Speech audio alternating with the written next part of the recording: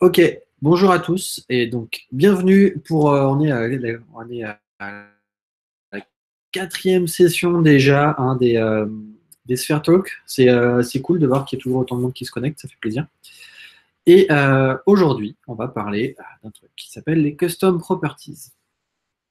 Alors, petit truc, normalement cette présentation je l'ai créée avec Audrey Garot. Donc là, ce midi, elle est malheureusement en train de s'occuper de nos enfants. Donc, mais bon, je la remercie quand même. Et c'est pour ça que je l'ai laissé sur les slides, parce que c'est avec elle que j'ai élaboré ce contenu. Donc, moi, je m'appelle Jean-François Garot. Donc je m'occupe de l'agence de Sphère à Nantes. Je suis GDE Web Technologie. Et vous pouvez me suivre si vous voulez sur Jeff Binomet, sur Twitter. Et aujourd'hui, attention, on va parler CSS. Donc, le CSS, pour beaucoup de monde, c'est ça. Mais vous en faites pas, le CSS, ça peut être aussi sympa. Ça peut être quelque chose qui peut être assez agréable. Et on va voir justement un des aspects du CSS qui est cool aujourd'hui. Comme je vous disais, on va parler de variables CSS. Il faut savoir que les variables dans le CSS, c'est pas quelque chose qui est forcément si nouveau que ça. Ça existait avant. Et avant, ça existait avec current color. Donc, il n'y en avait qu'une, par contre. On n'avait pas le choix de définir tout ce qu'on voulait en variable. On ne pouvait manipuler qu'une seule variable, qui était current color. Comment ça fonctionnait? On avait une section, enfin, par exemple, quelque chose de plus haut niveau dans l'héritage du DOM, sur lequel on définissait une couleur. Et ensuite, on pouvait réutiliser, du coup, la couleur du haut dans les sous-éléments qui étaient dans l'arborescence du DOM, en utilisant simplement current color. Par exemple, là, le background serait de la même couleur que la couleur de la section. Ça, c'était la façon de faire avant. Et comme on imagine et comme on le voit bien, c'est quand même quelque chose d'assez limité.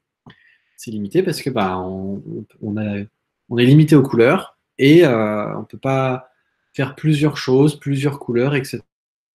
On ne peut pas s'adapter. C'est là que sont arrivés ce que tout le monde appelle les CSS variables, mais en fait, en vrai, on parle des CSS Custom Properties. Le vrai terme, c'est CSS Custom Properties. Et donc, une CSS Custom Properties, qu'est-ce que c'est? C'est donc une variable qu'on va déclarer avec le tiret-tiret. Donc, tiret-tiret, le nom de ma variable. On va lui mettre une couleur. En fait, globalement, on va lui mettre tout ce qui représente une valeur CSS. Voilà, c'est le postulat, c'est à droite de cette opération. Je vais mettre tout ce qui représente une valeur. Donc là, par exemple, c'est une couleur. Si on reprend l'exemple du current color tout à l'heure, donc là, je vais dire j'ai myvar, et pour l'utiliser, je vais faire background de point var myvar. Et de cette façon-là, le navigateur va remplacer le background par la bonne couleur. Ça va pouvoir être aussi dynamique. Ça va suivre. Si on regarde un petit peu comment ça fonctionne, prenons ici, par exemple, au plus haut niveau du CSS, on va définir donc deux variables CSS, Yumi et Go, qui vont avoir deux couleurs, noir et rose. Et donc ici c'est un SVG. Sur mon SVG, donc il y a la partie Yumi sur laquelle j'ai mis la classe Yumi et la partie Go ici sur laquelle j'ai mis la classe Go. Bon, c'est pour ça que j'ai des fils en fait, parce que c'est du SVG. Et qu'est-ce qui se passe? En fait, on voit que je vais donc remplir mon SVG avec la couleur issue de la variable Yumi. Ce qui est intéressant avec le CSS et donc les variables CSS, les CSS Custom Properties, c'est qu'elles respectent les règles de base du CSS, à savoir l'héritage, la préséance et la cascade. Pour rappel, la préséance, que c'est le truc qu'on manipule le moins, c'est le fait de surcharger, d'être capable de surcharger quand on a deux sélecteurs de même poids. C'est toujours le deuxième qui prend le dessus, par exemple. Donc là c'est plus de la cascade ici. Donc, on va voir que si dans mon body, qui est plus spécifique, donc que la route, que je change mes variables, on voit que mon logo a changé aussi de couleur. Donc Yumi prend ici une couleur rose et Go une couleur violette. De cette manière-là, on voit qu'on va pouvoir setter un certain nombre de choses. Et ce que je vous disais aussi, qui peut être intéressant, c'est on peut mettre tout ce qui est une valeur CSS. Et donc, justement, l'invocation d'une autre variable est une valeur qu'on a le droit d'utiliser. Donc, on peut très bien dire ici que Yumi prend la valeur de la custom properties Go, et donc tout notre logo devient ainsi en violet. Comme ça, on va pouvoir donc faire en sorte de composer des choses. De la même façon, c'est quelque chose de très permissif. Donc là, ça va plaire à certains. On va pouvoir utiliser n'importe quel caractère pour les noms. On va éviter, bien entendu, d'utiliser des caractères spéciaux réservés au CSS, tels que les accolades, les deux points, des choses comme ça. Par contre, toute chaîne de caractères, elle, est disponible, y compris aussi des emojis. Donc là, par exemple, si j'ai un tiret-tiret tête de Père Noël, que je lui dis c'est l'URL mamie.gif, et que je décommente mon background, qu'est-ce qui se passe? On voit le GIF arriver. Et chose que vous pouvez remarquer aussi, c'est que l'ordre importe peu. C'est pas grave que je déclare ma variable après mon background. C'est comme de toute façon, c'est le principe du CSS, c'est que la cascade va être effectuée. Ensuite, il va y avoir une résolution des états CSS de chacun de mes éléments DOM. Et à la suite de ça, on va pouvoir avoir le résultat. C'est pour ça que le fait de déclarer ma variable après le background, dans le CSS ici, ça n'a pas d'impact. Et aussi, un truc qu'ils ont prévu dans la spec, c'est la possibilité d'utiliser des fallbacks. Par exemple, on va pouvoir dire que si myColor n'existe pas ou n'a pas encore été défini au plus haut niveau, ou à un niveau qui est accessible par la classe Yumi, dans ce cas-là, on va se rabattre sur la valeur gray. C'est pour ça qu'ici, le Yumi, du coup, il devient gris. On va donc pouvoir ainsi constituer des choses. De la même façon, si on veut, on peut faire en fallback une autre valeur de fallback, etc. Donc on pourrait chaîner à l'infini si on a envie, mais bon, bref, c'est un peu ceinture et bretelle. Ça, quoi. Ce qui est intéressant de voir, c'est donc le mécanisme de fallback. On peut en utiliser. Et donc c'est assez intéressant parce qu'on va pouvoir définir aussi des cas par défaut. Et là, justement, alors, je vous incite à switcher. Donc, dans le chat, j'ai mis un lien Slido. Donc, je vous incite à aller dessus. On va voir s'il y a des gens qui se connectent un petit peu. Et on va commencer à démarrer un premier quiz. On va voir si déjà vous êtes réveillés, parce que je sais que là, c'est après le repas. Donc, c'est le moment idéal pour être hyper attentif et pour voir si vous êtes déjà en train de suivre ce que je suis en train de dire. Alors, pour démarrer, commencer, premier quiz. Donc là, j'active le quiz.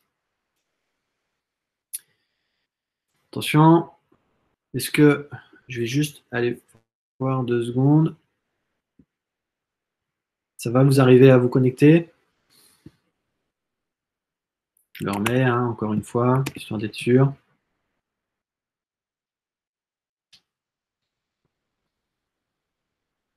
C'est bon du coup? Vous arrivez à vous connecter? Oui? Non? Si? Oui? Je dis oui. Parfait. Allez, on démarre le quiz. Donc, première question. Donc, est-ce que vous pensez que le logo Yumigo, donc ça c'est du CSS pur, c'est juste pour voir si vous êtes au taquet. Est-ce que vous pensez que le logo Yumigo va être rouge, jaune ou jaune? Je vous invite à cliquer et à soumettre vos votes. Donc là, on a défini au plus haut niveau, la balise rouge, on a rempli au plus haut niveau rouge, ensuite on a rempli de façon plus spécifique sur ici le SVG Yumigo en global la couleur jaune, et Yumi Ego sont des sous-classes spécifiques à des sous-parties de mon SVG. Donc là, j'ai 45 votes, 48 votes, c'est pas mal. C'est pas mal. Voting in progress. Result are only visible to you. OK. 53, ça vote, ça vote. Je vous ai donné des indices dans ma description du... Allez. Les votes sont clos. Et donc, la bonne réponse, Normalement, là, si j'ai cliqué, vous devriez voir la bonne réponse. La bonne réponse était bien entendu pour l'instant la première. Enfin, la dernière, je veux dire, pardon. Le rose. Pourquoi? Parce qu'en effet, le point Yumi et le point Go sont les classes les plus spécifiques. Donc, c'est celle avec le poids le plus important. De cette manière-là, aujourd'hui, là, on voit que ça va prendre ça. Maintenant, ok, ça c'était juste pour un tour de chauffe, pour voir si vous étiez réveillé. On va commencer à utiliser maintenant les custom properties et voir si vous avez suivi un petit peu ce que je disais. Donc, deuxième quiz, deuxième question, c'est parti. Cette fois-ci, j'ai toujours le fil red, toujours le point Yumigo, et on voit que j'ai défini donc le fil deep pink et le fil var mycolor. Alors, à votre avis, ça va être rouge, jaune, rose.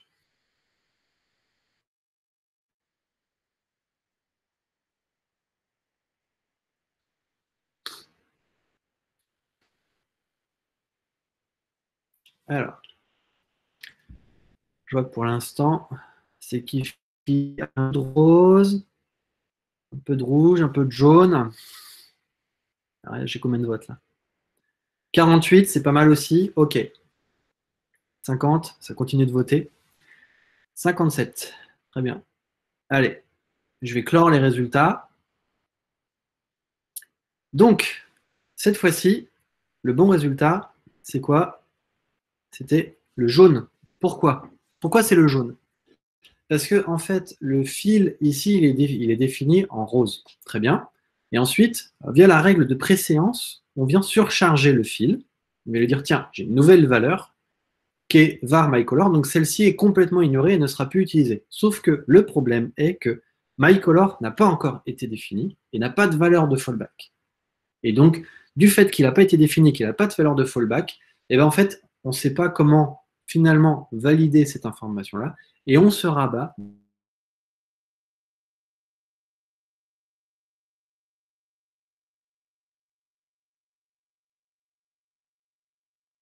J'ai commenté au niveau route, le red, j'ai commenté le niveau yellow, et j'ai gardé.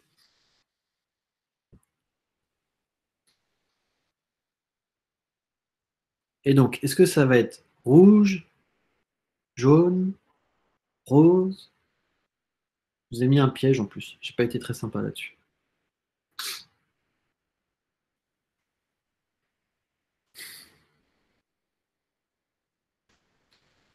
Alors, là j'ai 8 votes.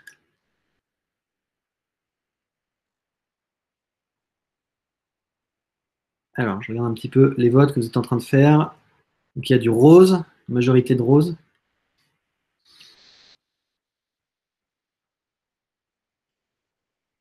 Ok. Alors, en fait, vu qu'il y a un piège, je vais clore tout de suite je vais clore tout de suite les réponses.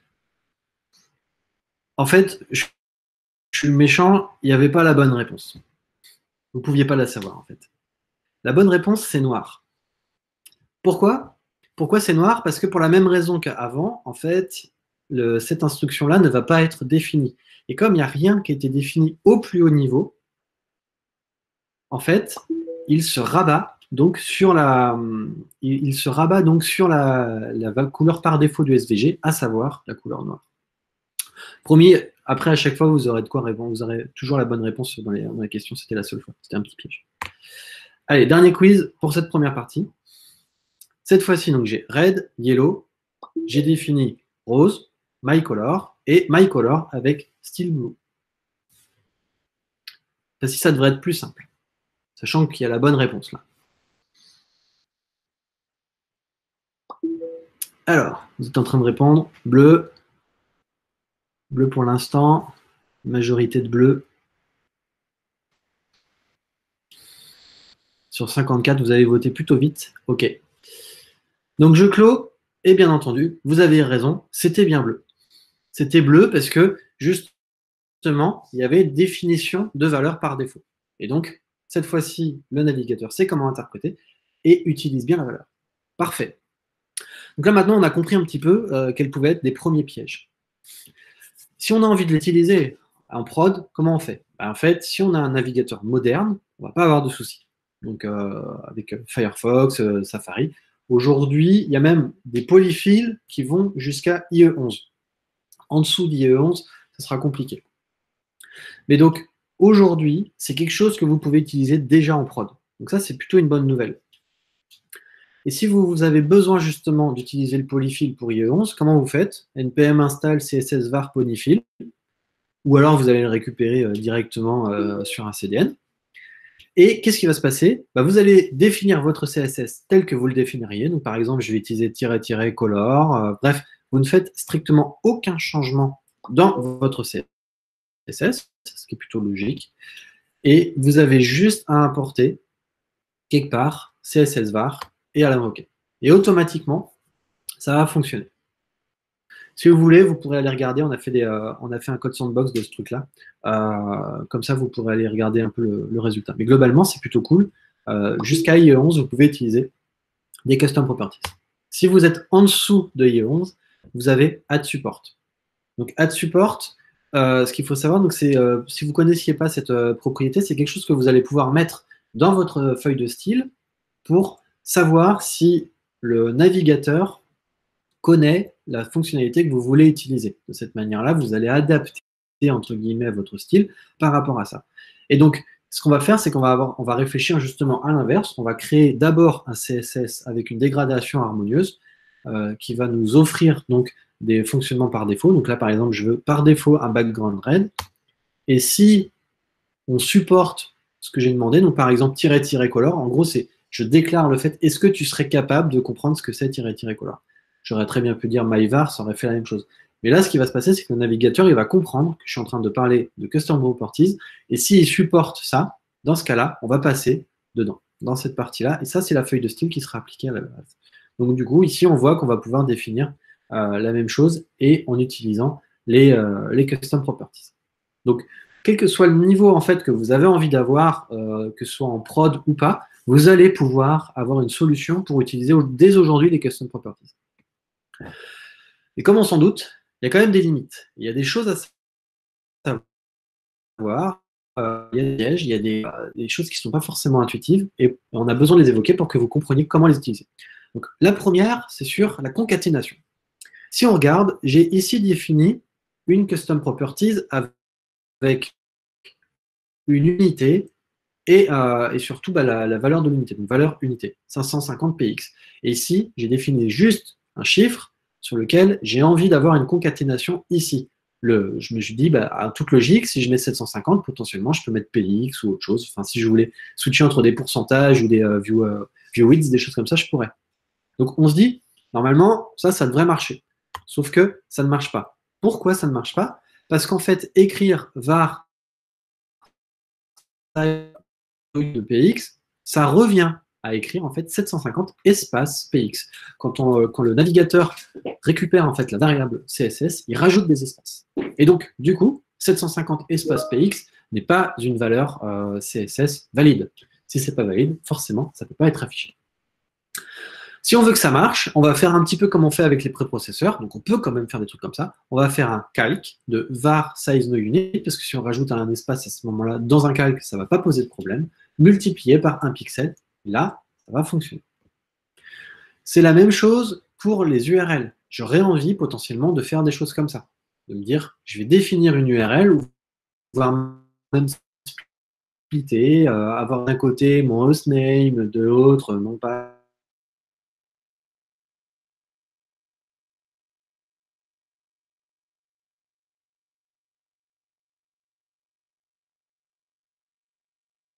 ça ne va pas marcher. Si je veux que ça marche, je n'ai pas le choix. Il faut que ma variable URL possède directement en fait le mot-clé URL. Et là, à ce moment-là, ça fonctionne. Donc ça, c'est un premier problème, c'est lié à la concaténation. La deuxième, c'est lié aux animations, on va dire. J'aurais envie de faire une animation de transition de couleur. Et donc, j'ai défini ici une variable, une custom properties, animvar, que je fais passer de first color à second color, en keyframe. Et ici, j'ai défini quoi? Donc, sur mon CSS, j'ai défini que fill, ça prend la valeur animvar. Donc, quand ça va démarrer, ça va être sur first color, et après, ça va passer sur second color. Et j'ai dit toutes les 3 secondes de façon anonyme. Qu'est-ce qui se passe quand on fait ça? Regardez le logo. Le logo, il switch directement entre le jaune, enfin le rose et le bleu. Pourquoi il fait ça et pourquoi il ne fait pas quelque chose de smooth? Il fait ça parce qu'en fait, il ne sait pas ce qu'est AnimVar. Il n'a pas connaissance en fait du type de ce que c'est AnimVar. Je lui dis, tu animes, mais des valeurs. Donc, comme il ne sait pas comment assurer la transition d'une chose qu'il ne connaît pas, il ne va pas le faire de façon incrémentale, il ne va pas aller regarder quel est le contenu de la valeur pour savoir comment l'animer. Il faut que ce soit défini dès le début. Et donc, comme il ne sait pas, la seule chose qu'il fait, c'est qu'il applique la valeur au moment du changement. Donc, au début, c'est bleu. Quand on passe à tout, automatiquement, il passe, lui, à rose. Mais il le fait de façon directe. Il flippe direct. Il ne fait pas la transition. Si on veut que ce soit smooth, en fait, on va utiliser dans notre keyframe la valeur fill directement. La chose que j'avais finalement dans ma classe CSS. Le fait de l'avoir là, le navigateur sait que je suis en train d'animer une variable CSS, une couleur, et donc va assurer tranquillement la transition. Donc voilà, donc il y a un passage de couleur qui est plus fluide. Ensuite, dernière limite, c'est sur le all. Je ne sais pas si vous connaissiez ou pas cette propriété all. En fait, le all, c'est quelque chose qui va cibler toutes les propriétés qui étaient appliquées déjà à l'élément qu'on est en train de cibler. Et le fait de faire ça fait qu'on va pouvoir appliquer, souvent ça s'utilise avec unset, c'est fait pour resetter en fait, on va dire.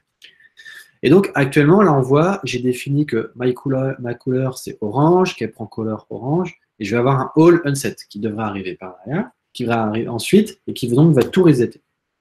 On voit bien, donc là ça reset le truc. Et si on regarde le H1 qu'on a mis, on a mis ici un span exprès. Pour l'instant avec une couleur blanche, pour qu'on la voit pas.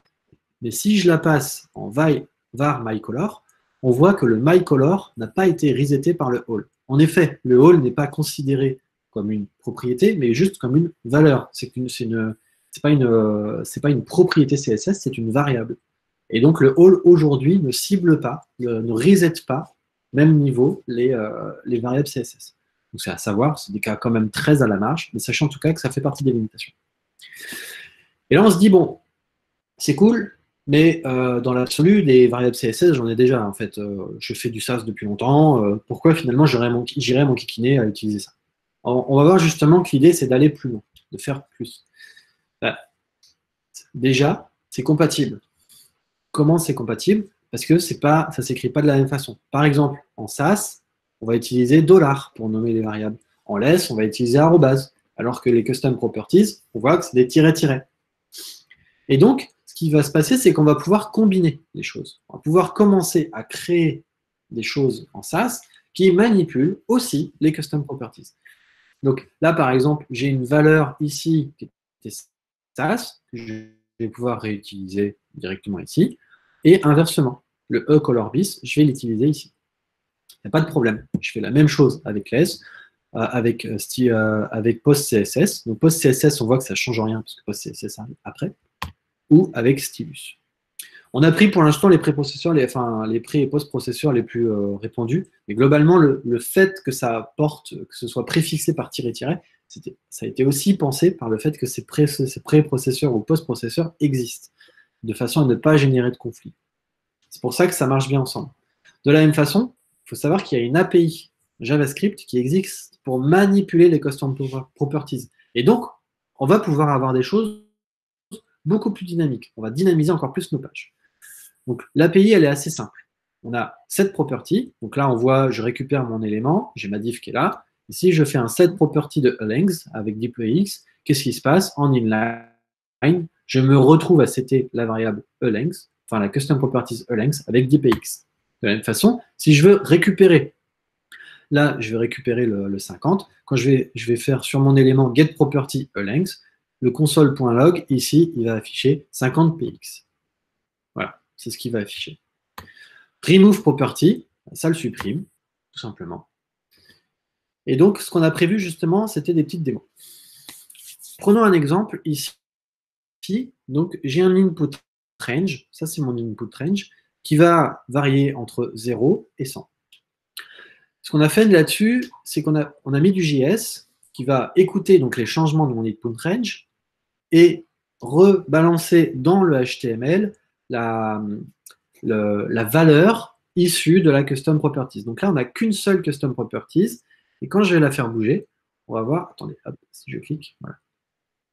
On va voir que ça change complètement le cœur de ma page parce qu'en fait, tout est lié. Tout ça, c'est lié simplement à des custom properties. Si on veut aller regarder un petit peu ce qui se passe, qui va être intéressant pour vous. Donc, hop, ça je vais virer, ça peut vous intéresser. On va voir, donc si je zoome un petit peu, ici, on voit, j'ai défini ma custom properties, et quand je la change, on voit qu'elle est en train de changer dynamiquement. Ça, c'est un truc qui est plutôt cool, parce que du coup, on va pouvoir créer de l'interaction. Et surtout, ce que je vais vous montrer, c'est ça. Si on regarde ici, ce que j'ai, mon Yumigo, ici, c'est pas un SVG directement, c'est un web component. C'est un web component qu'on a exposé. Et là où ça devient intéressant, c'est que normalement, vous êtes en train de dire, mais comment ça se fait, enfin, si vous suivez un petit peu l'aspect des web components, on est en train de vous dire comment ça se fait qu'on arrive à traverser le Shadow DOM d'un web component. Ça fait partie justement des possibilités offertes par les custom properties de traverser le Shadow DOM. Pourquoi ils ont fait ça? Parce qu'en fait, ça permet d'exposer une sorte d'API CSS pour customiser graphiquement nos web components. Donc là, ça va devenir vraiment intéressant. Je vais créer un composant et si j'ai envie d'ouvrir des points d'extension, je vais déclarer dans mon web component des custom properties et d'un point de vue extérieur, je pourrais les utiliser et donc influencer directement le rendu de mon web component. Hop. De la même façon, ici, l'idée, c'était de changer le thème. Donc, à chaque fois que je clique, je suis en train de changer directement la disposition. Hop, voilà. Là, ici, au survol, par exemple, des fontes, en fait, ce qu'on fait, c'est qu'on récupère le texte. On voit à chaque fois, j'ai un texte et une graisse de fonte. Et dynamiquement, j'applique ça, en fait, à mon élément de plus haut niveau. Le dernier qu'on voulait montrer, hop, pour le fun, c'était un faux zoom effet. En fait, c'est pas du vrai zoom. En fait, ce qu'on fait, c'est qu'on récupère la position de notre curseur dans ce bloc-là et on l'applique sur un autre en translate. En fait. Donc, on voit en fait que là où ça devient intéressant, c'est quand on commence à mixer un petit peu ces deux univers. Et ensuite, qu'est-ce qui se passe ensuite? Alors, il y a un après. Donc là, on vous a montré ce qui existe déjà, ce qui fonctionne. Maintenant, comme on le sait, le W3C, les specs, tout ça, c'est des choses qui évoluent. Il faut s'intéresser un petit peu à ce qui arrive et ce qu'on va pouvoir manipuler potentiellement demain. Il y a la plupart des limitations ou des choses qui sont en train d'arriver sont quand même assez tournées vers l'usage des web components. Si on prend un exemple, j'ai un composant web component ici qui s'appelle myComponent qui expose donc du Shadow DOM. Pour ceux qui ne savent pas ce que je veux dire avec le Shadow DOM, c'est le contenu HTML de mon composant. Normalement, il n'est pas censé être accessible depuis l'extérieur. C'est ça le principe du Shadow DOM, c'est de ne pas exposer le contenu, le cœur de mon composant. Alors, comme je vous disais, on peut quand même exposer des custom properties. Et imaginons donc que j'ai d'un côté une div ici avec span et une section là, que je n'ai pas envie d'override. Très bien, parfait. Et j'ai envie que cette zone-là, elle expose une API. Donc, je vais lui dire, je veux pouvoir changer la couleur de mon texte. Et donc, je vais définir ici une couleur, acolor, qui est orange, et mon span, il prend couleur de point var acolor, ce qui marche bien. Moi, maintenant, j'arrive et je vais utiliser ce web component. Et je dis, dans mon CSS qui utilise le web component, je dis, quand il y a un over, ce que j'aimerais, c'est que la couleur passe en rouge. Je voudrais que ça fasse ça. Et donc, naturellement, j'aurais tendance à vouloir écrire un truc de ce style-là. myComponent span de point over. Sauf que ça ne marche pas. Ça ne peut pas marcher parce que ça sous-entend que je connais le contenu de mon composant. Or, comme je vous le disais, avec le Shadow DOM, on ne connaît pas le contenu du composant. Donc, on n'a pas le droit de faire ça. Qu'est-ce qui se passe si on veut que ça fonctionne? Il faut qu'on aille demander à la personne qui a développé le web component de rajouter un cas. Donc, il va rajouter span de point over et il va m'exposer une nouvelle variable CSS, color over. Et là, ça va marcher, du coup. Là, ça va fonctionner. Et puis après, j'arrive, du coup, je vais pouvoir la surcharger, ça fonctionne. Et puis là, j'arrive, ah oui, non, en fait, j'ai oublié un cas, je veux aussi que ça fasse le focus. Alors, quand ce soit le focus. Donc, genre, je voudrais myComponent de point focus, span over, et je voudrais que ce soit blue. Comme vous l'avez compris, ça ne va pas marcher pour la même raison. Et donc, on est obligé de demander à la personne de refaire encore un autre truc qui sera color, over, focus, etc.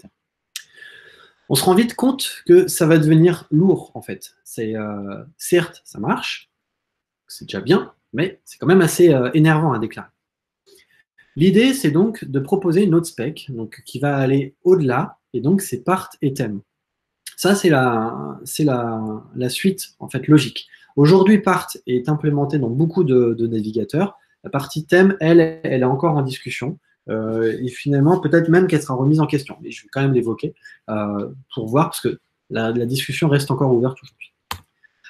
L'idée de part, c'est quoi? C'est que je vais définir une zone de mon web component qui va être open, entre guillemets, que je vais ouvrir à des modifications CSS. Donc là, je vais utiliser le mot-clé part et je vais lui donner un nom. Donc là, cette zone-là, je dis toute cette div-là, tout ce qu'il y a dans la div, bah, tu peux l'overrider, tu peux mettre ce que tu veux comme style. Et cette partie-là, on n'y touche pas. Qu'est-ce qui se passe ensuite? C'est que moi, quand j'utilise le composant, je vais faire myComponent de .part avec le nom de la part que je suis en train de cibler et je vais surcharger la couleur qui était bleue. Mais ce qui est intéressant, c'est que le over, cette fois-ci, je peux le faire parce que le part est permissif à ça, justement. Et on voit que c'est un bloc de sélection ouvert que j'ai. C'est-à-dire que je peux à la fois changer la couleur, mais aussi appliquer d'autres choses. Là, j'ai changé, par exemple, le style de font. Je l'ai mis en plus en italique. Donc, on voit en fait que ça nous ouvre beaucoup plus de possibilités. Et il y a une notion qui est arrivée aussi pour répondre à d'autres besoins, qui est la délégation. Pourquoi on a créé la délégation? Parce que si j'ai un composant qui expose une part, très bien, mais que j'ai un composant parent qui englobe mon composant avec la part. On aurait envie de faire un truc dans myParentComponent, celui-là, je veux récupérer la part qui est ici et lui dire myColor égale blue. Ça ne marche pas pour toujours la même raison qu'on avait tout à l'heure, à savoir exposer le Shadow DOM. C'est embêtant.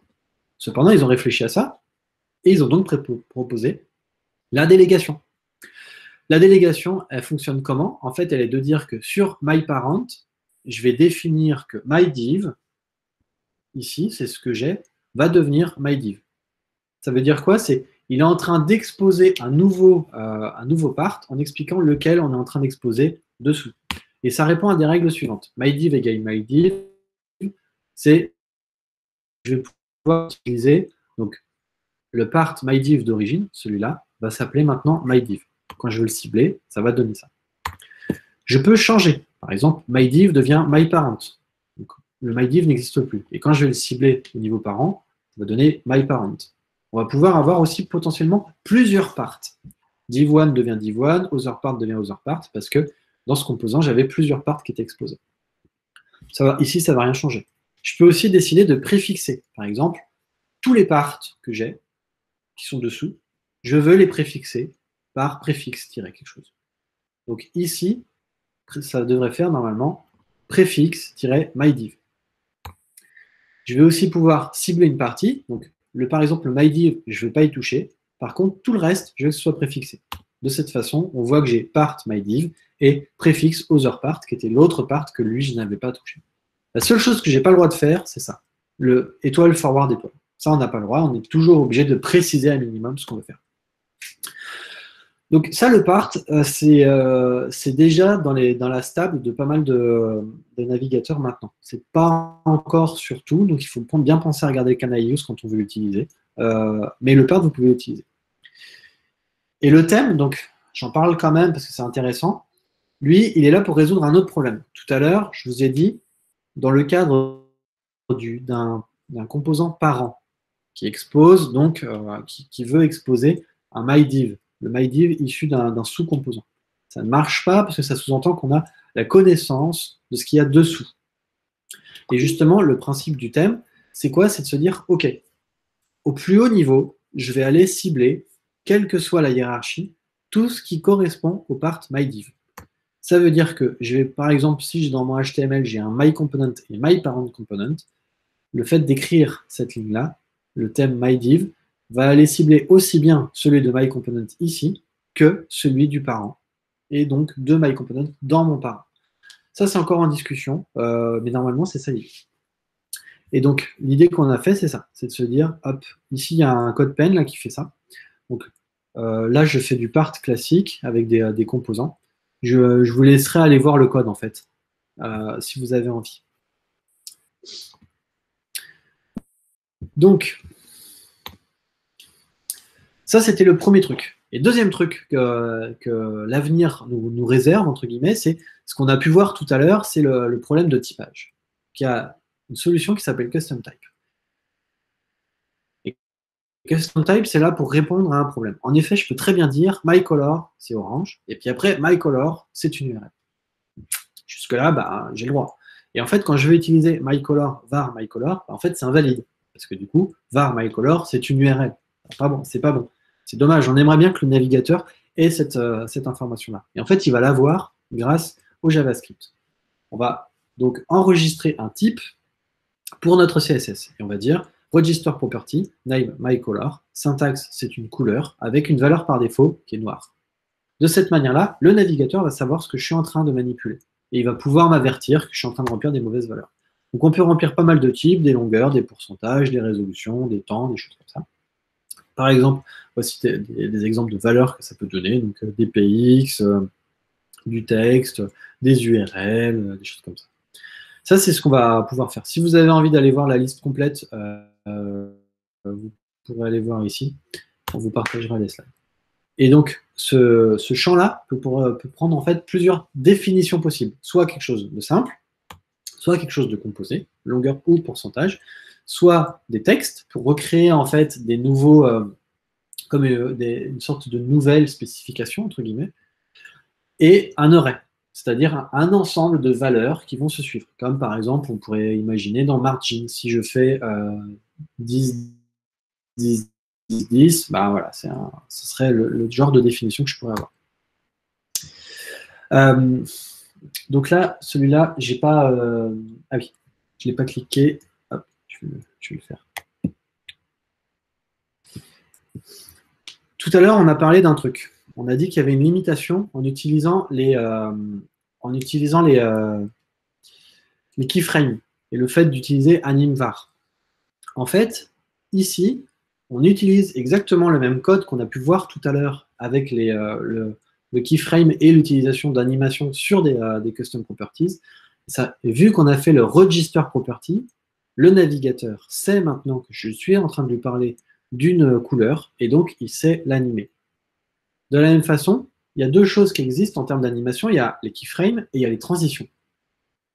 Et donc, ils ont rajouté, non pas transition, mais transition-property, qui fait que si je fais évoluer la valeur d'une custom property, eh ben, il va être capable de l'animer parce qu'il aura la connaissance de son type. Donc là, par exemple, si je passe ma souris, l'idée, c'est que quand je vais la passer en hover, je vais changer la variable et automatiquement, on voit la transition qui se fait. Donc, là, c'est le deuxième quiz. Attention, la partie où on va voir si vous êtes réveillé et si vous avez bien suivi tout ce que j'ai dit. Là, il y a plusieurs questions, vous allez voir, ça va être plus dur. Allez, on commence avec la question 1 bis. Alors, ici, j'ai deux choses. Donc, j'ai toujours mon SVG avec une couleur 1, une couleur 2, bleu et rose. J'ai fait un fil ici de var avec la couleur 1. Donc, par défaut, mon SVG, il est bleu. J'ai défini une transition sur bleu.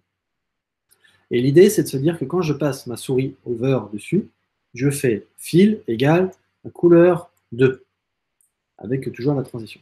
Alors, à votre avis, est-ce que ça va être comme le premier cas, c'est-à-dire on voit ici une transition smooth, ou au contraire, est-ce que ça va être une transition rude?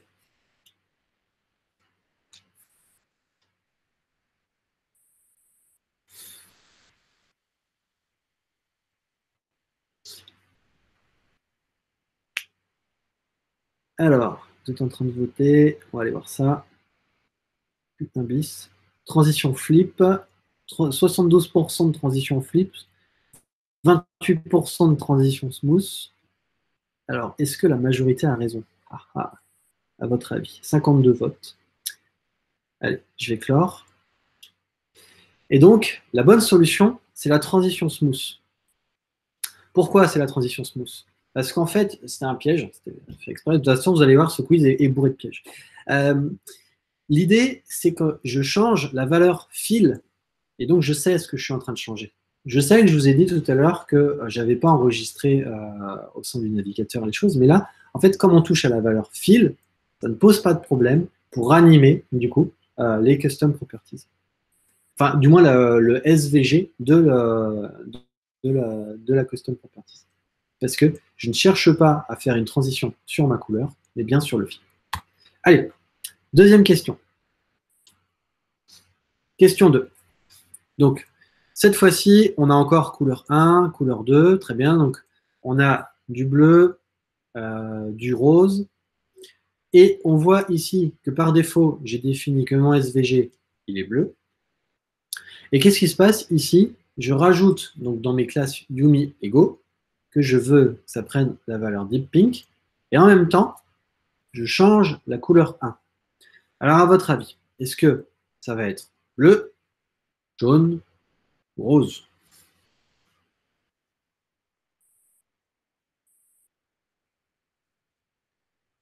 Alors, c'est pas parce que j'ai mis des pièges qu'il va falloir se décourager et arrêter de jouer, hein, par contre. Donc là, il y a une majorité, pour l'instant, qui est en train de parler de rose. Très bien. 46 votes, 49. Allez, je vous laisse encore quelques secondes de réflexion. Allez, je vais clore les votes. Et donc, la bonne réponse était en effet le rose. C'était entre guillemets le truc le moins compliqué. Comme on a vu, on a changé ici le fil pour dire que c'était rose. Et donc, forcément, ça n'a pas d'impact sur cette partie-là. Et donc, il n'y a pas il n'y a pas de notion de je vais utiliser le color 1 ici. On a rajouté du coup un piège maintenant. À votre avis, ici, donc je vais lancer. Voilà. À votre avis, ici, le fait que j'utilise color 1 là et que je le surcharge ici, est-ce que ça va changer ou pas?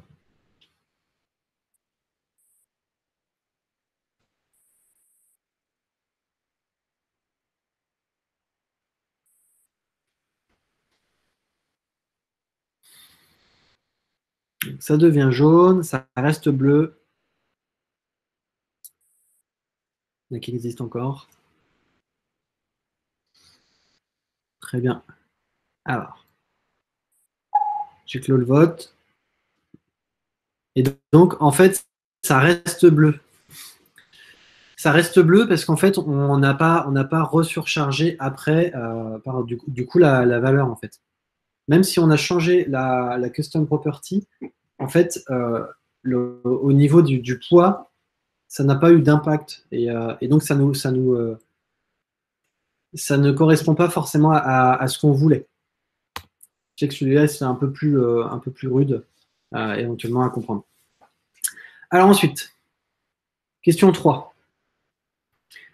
Là, qu'est-ce qu'on a défini? On a deux tailles de logo. On a Other Width qui fait 500 px, la width qui est width avec 100 px, le width ici qui est Other Width avec important, et le width qui prend var width.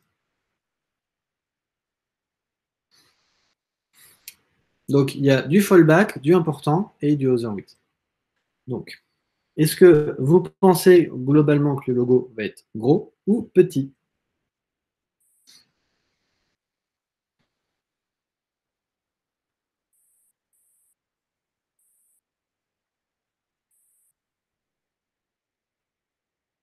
Alors, le gros logo pour l'instant l'emporte. En effet, on va voir ça. 39, 46, 50. Allez, allez. Allez, je vais clore. Et donc, la bonne réponse, ça va être en effet le gros logo.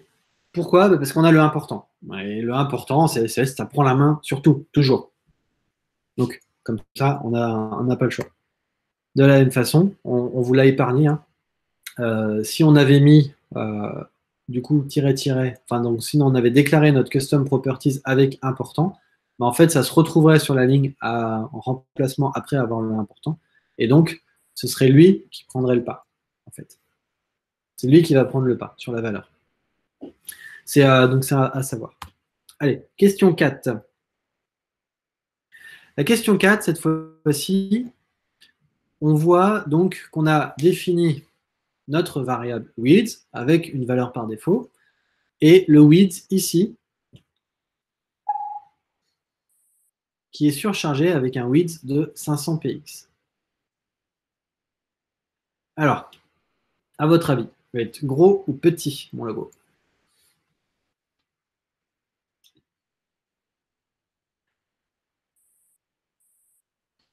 Après, il reste encore 4 questions. Ça va, je vais aller vite après.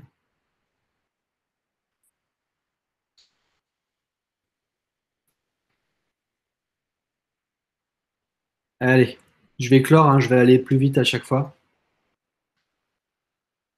Donc, cette fois-ci, qu'est-ce qui se passe? Il devient petit. Pourquoi, en fait, il devient petit? Pourquoi il ne devient pas grand? Parce qu'on est en train de lui demander d'utiliser width, mais lui-même, width doit utiliser width. Donc, au final, le navigateur ne sait pas comment résoudre la variable, la custom properties width, donc se retrouve à invalider la valeur de définition de ma width. Et attendez, il faut que je vous affiche là. Et donc, par défaut, il se rabat donc sur la valeur par défaut qu'on avait définie, qui est de 100 px. Allez, question 5. Toujours dans la même idée. J'ai var width ici, width qui prend other width qui prend another width avec une valeur par défaut, et another width qui prend width. Donc, à votre avis, c'est petit, moyen ou gros?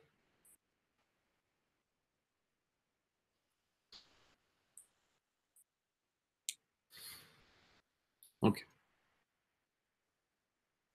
en théorie, il devrait y avoir moins d'erreurs, parce que ça ressemble un petit peu quand même au cas d'avant. Je donne un gros indice là quand même. Et là, vous votez quoi? On est Q5. On a qui? 53% sur le logo petit. Alors, 46. Attention, je vais clore les votes. 1, 2, 3. Je clore. Et donc, en effet, c'est à nouveau le petit. Pour la même raison que la question 4, à savoir, ici, en fait, je suis en train de créer des custom properties à partir d'autres custom properties qui n'existent pas encore. Donc, en fait, toute cette chaîne de custom properties est invalidée. Et donc, on se rabat sur le premier fallback qui était défini. Allez. Question 6. Cette fois-ci, j'ai width ici. Et width est défini avec un espace. Alors, est-ce que c'est grand parce que c'est la taille par défaut d'un SVG, ou est-ce que c'est 100 px du coup? Donc petit ou grand?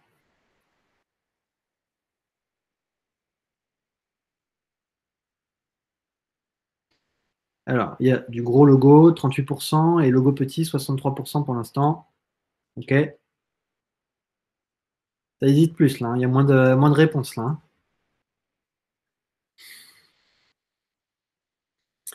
Allez, 1, 2, 3, je clôt. Donc, cette fois-ci, c'est le grand. Pourquoi c'est le grand? En fait, c'est le grand parce que ici, width est défini, pardon.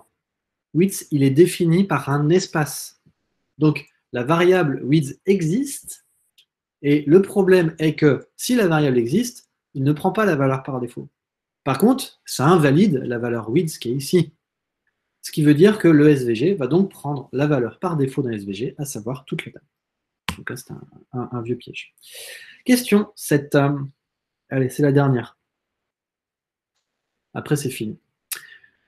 Donc cette fois-ci, j'ai mis width et je l'ai mis initial. Alors à votre avis, c'est quoi le fonctionnement de initial? Parce que c'est vrai qu'on n'en a pas encore parlé. Donc là, ça sera l'occasion justement de comprendre comment fonctionne la valeur initiale.